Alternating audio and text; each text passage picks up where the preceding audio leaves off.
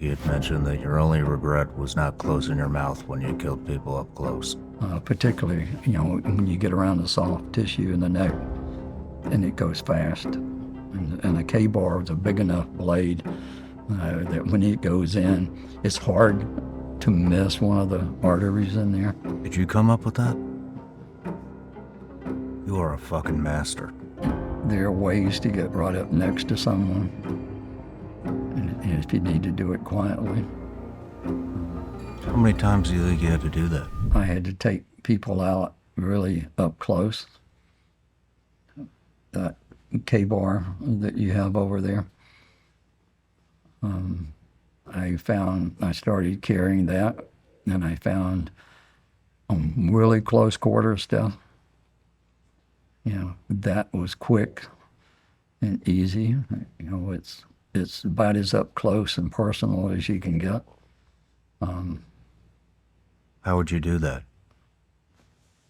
In through the side of the neck. If you go in straight in right there and go out, you'll get the jugular, you'll get the carotid, and it's over. It's over in a minute. I mean, it's unreal how fast you bleed out like that, and you can do that quietly.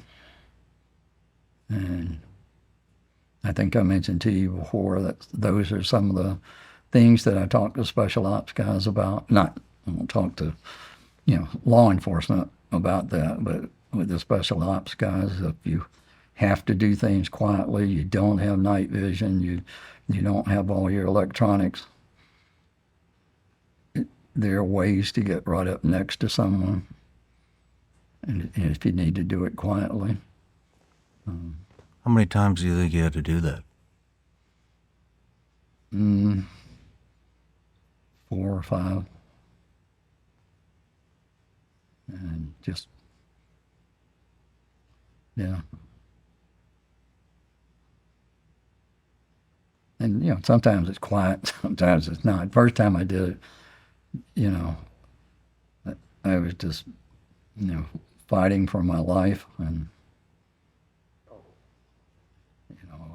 I was about to lose, but I needed to.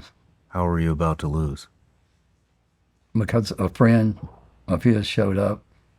I mean, I'm on the ground with this guy, and his friend showed up and saw us down there and realized that, what was going on, that I was a bad guy, and had his friend. So I had to deal with his friend and then, take care of him. I had to shoot him. But just, there were a few times where I just got caught up in I'm going to take a prisoner. I'm going to get this guy and take him back in, and for whatever reason wasn't able to do it. So. Shit. Yeah, I changed to the K-bar, I don't know, about midways, I guess. I tried the SOG knife. For me, it just felt too small. Because I wanted something that if I wanted to cut down a limb for a pole or to do something with, I wanted to have enough weight that I could hack through it, or a piece of cane. But I also wanted something big and strong enough that if I pushed it hard, it was going to go, particularly, when you get around the soft tissue in the neck and it goes fast. And a K-bar is a big enough blade that when it goes in, it's hard to miss one of the arteries in there. You could get in quickly. But I am a nice guy. But sometimes you have to do things.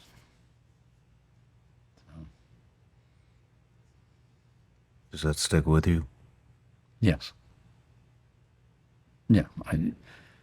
There are some things that you can't unsee, you can't undo, you can't get rid of. You can you can start to deal with it. But so far, it's always been there. And it's not where I like to spend a lot of time. When we were talking to John about you before the interview, he had mentioned that your only regret was not closing your mouth when you killed people up close. Well, I think what happened was I became so focused on what I was doing. I mean, it's life or death. It's a fraction of a second here. You got to do something. And I was so focused on doing the termination thing that for some reason my mouth would be open. I don't know if I was talking about their ancestors or what, but if you're using a K-bar, you're up that close, you're gonna get hit with a rush of blood. And if you got your mouth open, you're gonna get a mouthful of blood.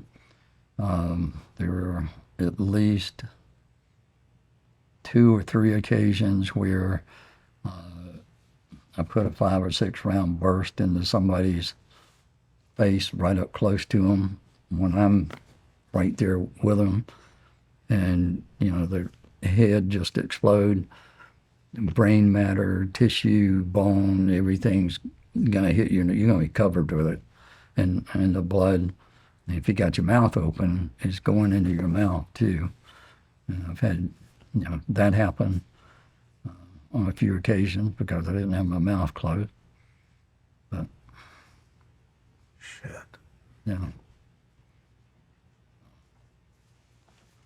There are not a lot of people out there that have that experience. Most people are probably smarter than me. they didn't get themselves into that situation, When you're looking at taking somebody out that close and you're thinking about it, I mean, how the hell do you get that fucking close to them? And think about it, exactly what you're going to do. Yeah, well, the opportunity, presents itself. It's not, in most cases, it's not that that's what I start out to do, unless it's dark and I'm sneaking up on you because I need to take you out without making any noise. Then I'm thinking mostly about how do I get from where I am to where you are without you knowing I'm coming and knowing that I'm there. And what I'm trying to do is get from here over there, and now I'm next to you. You don't know I'm next to you, and you're gonna feel a sting on the side of your neck. You're gonna feel warm blood go out, and everything's gonna fade to black. And your knees are going to start to crumple, and I'll catch you as you're going down so you don't make noise. But it's over very quickly. But I'm spending most of my energy and thought process about how do I get to you. I've got to get over there without you knowing that I'm there if I'm going to do something like that and be quiet and not discovered. So there are things that I'm going to do depending on the terrain. I may do a distraction. I may toss something over in another direction for you to hear, just to redirect your attention for a second while I can get closer to you. Depends on how much I know about what the terrain's like. Is it raining? Has it been raining? I mean, if it's raining, I'm going to be all over you. I don't have to work hard to get close to you. If it's not raining and everything's really quiet, I have to be very careful because I can't see the ground and I'm going to step on something. Twig's going to break or something and you're going to hear it. And one thing is if I've got a pebble, if I've got something that if I do break a twig here, I can launch that little pebble off to the other side of you over there, so you hear that louder than you heard this, and now you'll turn that way, and that gives me a chance to get closer. Did you come up with that? You are a fucking master. Nutcase, right? That's what my friend said. Not gonna argue that. No matter where you're watching Shawn Ryan Show from, if you get anything out of this, please like, comment, subscribe, and most importantly, share this everywhere you possibly can. And if you're feeling extra generous, please leave us a review on Apple and Spotify podcasts.